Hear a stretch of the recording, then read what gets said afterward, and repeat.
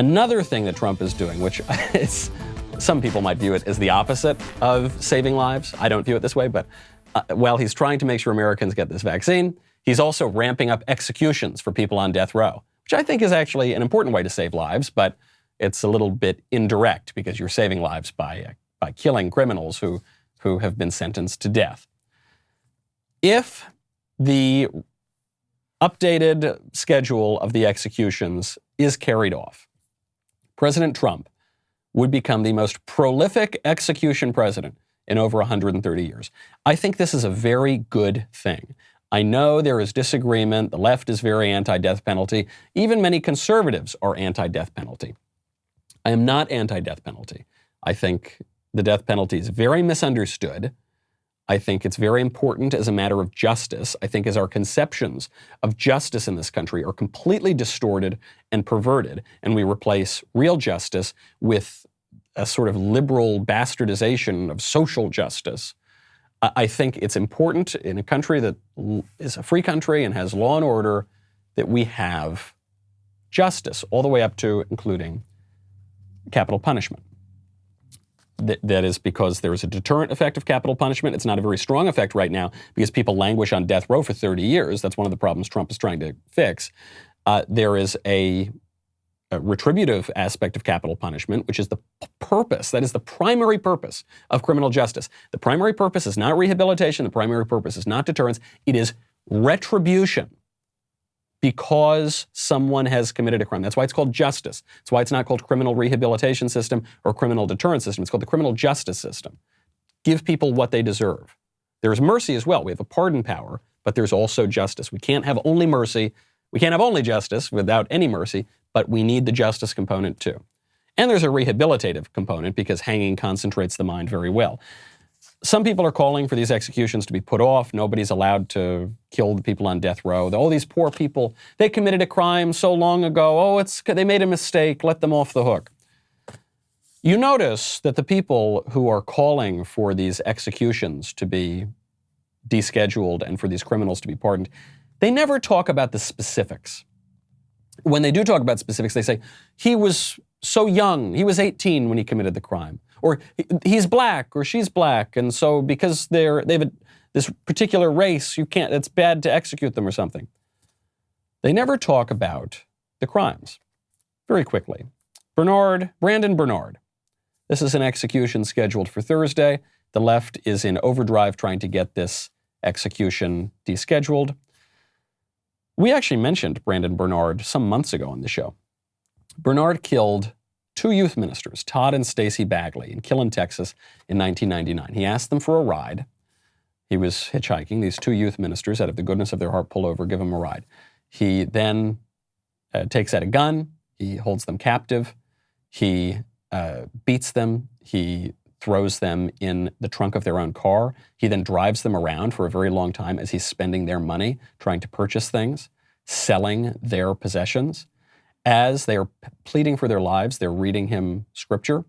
He then shoots them both, but he doesn't end up killing the woman. So then he sets the trunk of the car on fire and burns her alive. It was so long ago, though, right? Come on, he was young. We all make mistakes, okay? We all kidnap our benefactors, rob them, torture them for hours, shoot them and burn them alive, right? We all do. We all make that mistake. Come on, what kind of a just country would execute that man? I think any just country would execute that man.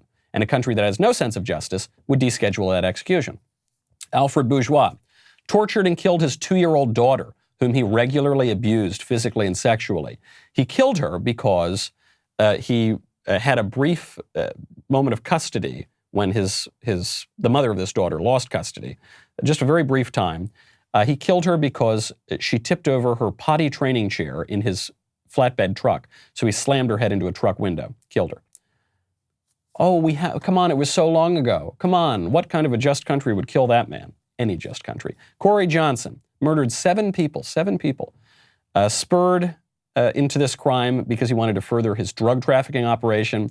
He ended up killing his intended victims' family members and acquaintances too, so it wasn't even just other people involved in the drug trafficking ring.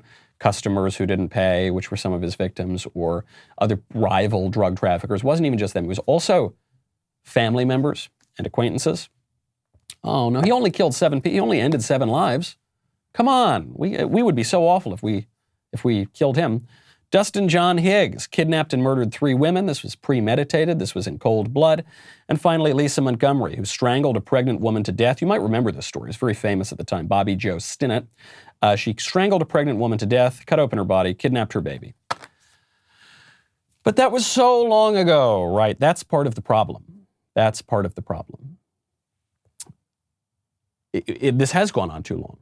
Frankly, I don't think that the capital punishment by any measure could be called cruel and unusual punishment. It's never been unusual in the entire history of the world, and it's not particularly cruel compared to, say, life in prison. I think that is, as a historical fact, that is unusual. And I think that is cruel. Part of the reason that we have lost our sense of justice here is because we've gone from being a Christian culture to being a materialist culture.